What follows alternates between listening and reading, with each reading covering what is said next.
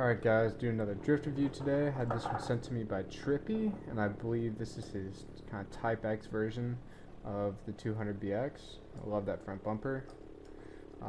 So this is kind of more of a street style build. So here are the cinematic shots right after this, and then we'll get into drift review.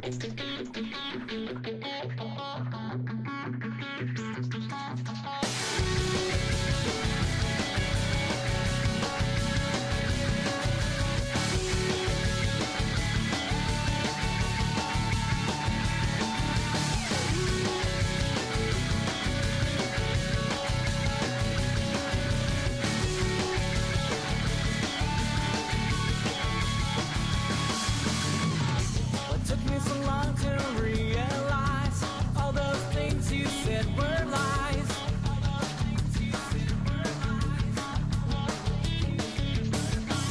I was so trusting and naive, lost in my world of make-believe. So broken.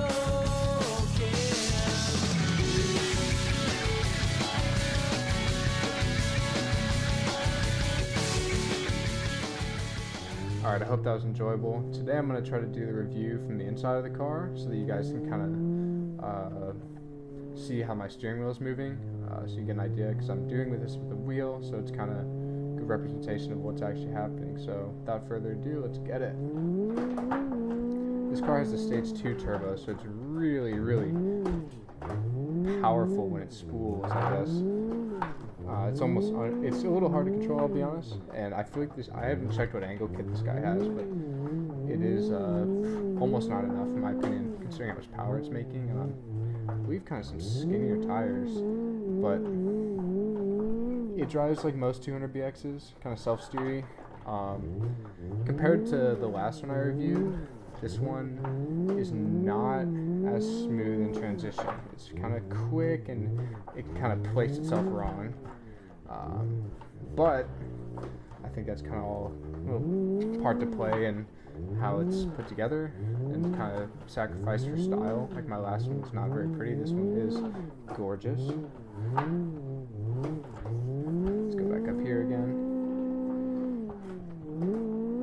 This one's making good power though. It is quite nice sometimes. And this one's a lot cooler too because it's got the race exhaust on it, so it shoots flames. But I can tell, I drove it a little bit before this. This car is like very sustainable. Like I've been keeping an eye on the temps. It doesn't get too hot, so I can tell this guy Trippie put kind of a lot of thought into how this one's put together. So I really enjoy this one. I spent a lot of time actually driving it earlier to kind of get a feel for it and get those cinematic clips. So I still haven't decided which track I'm actually going to drive this on, like hardcore. I'm kind of leaning towards scuba. We'll see though. I might do something a bit more, whatever. But the style I'm just like a freak about because it really reminds me kind of like 07, 08, like peak S chassis style in the States with the rotas and whatnot.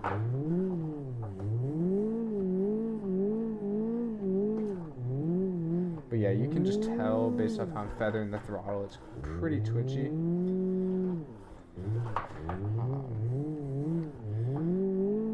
So the last video I think is at like probably getting close to 100 views now. And so I'm wondering like if you guys can put down in the comments or wherever else I post this, you know, what you guys would want to see me do otherwise in these videos, because I'm trying to kind of make it a pretty straightforward formula so that people can understand like what we're trying to do here. But oh man, this car's glorious.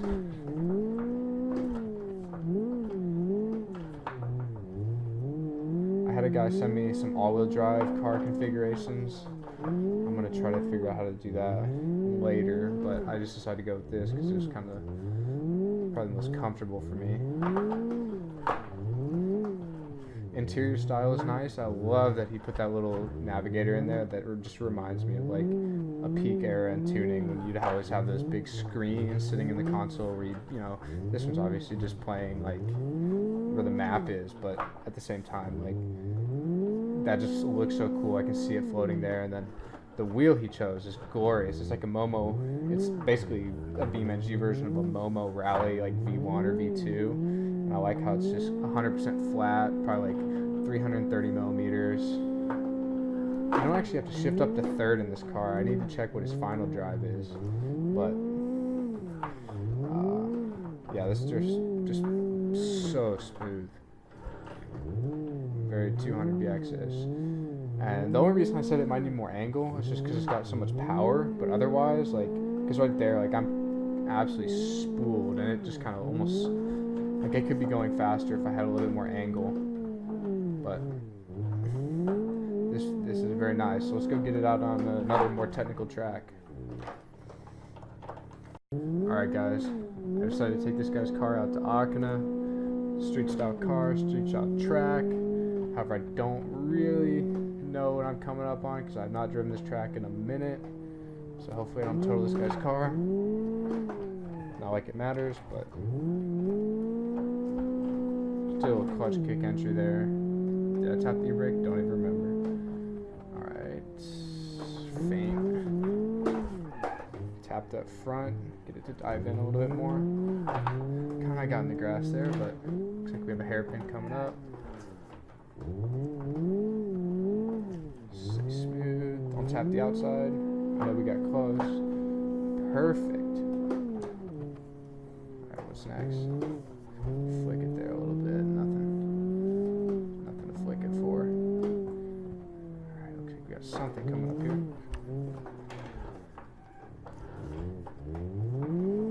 Okay. A little harsh. Hairpin. Whoa, out of nowhere. Not bad, not bad. What are we transitioning to? No clue.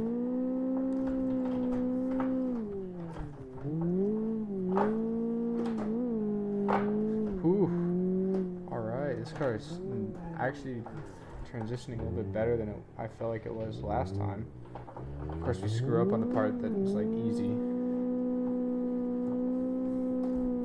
Really likes to rip in second. Alright, so I've had some more time to fiddle with this car on the Touge, kind of get a feel for it. So now I'm ready to rate it. So I'm going to start with style, like always, or like will always be. And we're going to start, so style is a 22. This car has a full Type X kit, skirts, bumpers, everything, and all that. So it's good car. I really do love this look. It's about as good as you can get with kind of a clean stock fender style. And the rotors fit nice. Then for optimization, this car has a lot of power, but I feel like it's kind of low on grip, and the angle doesn't, for some reason, feel as snappy. I don't know if he's fiddled with the caster settings or anything, but that's my problem. Like right there, it's super twitchy coming off drift, which I don't really like. And so for kind of those same reasons, learnability is going to also be a 15, because despite the fact it drives like a 200 BX, like it's not as intuitive. My last one, which I gave a 21 for this category, it's very like you can control it completely with your foot, but this car requires more inputs. Like right there, like I was hoping that the car would kind of just straighten itself out, but it almost wants to like do its own thing, and then you kind of got to tell it which way to go. Like you kind of got to feed the wheel a little bit. So it's not my favorite thing in the world. And then finally for quality, this car's gonna get 23 because there's I like kind of went around the car. No corners have been cut. It looks super good, super fitting. So I can tell this guy put a lot of work into this config, and I'm very stoked on it. And I will probably drive this more just in my free time if I stop crashing. So, alright guys, I hope you enjoyed this one. Let me know if you have something you want me to review, because I love doing this. So thank you so much.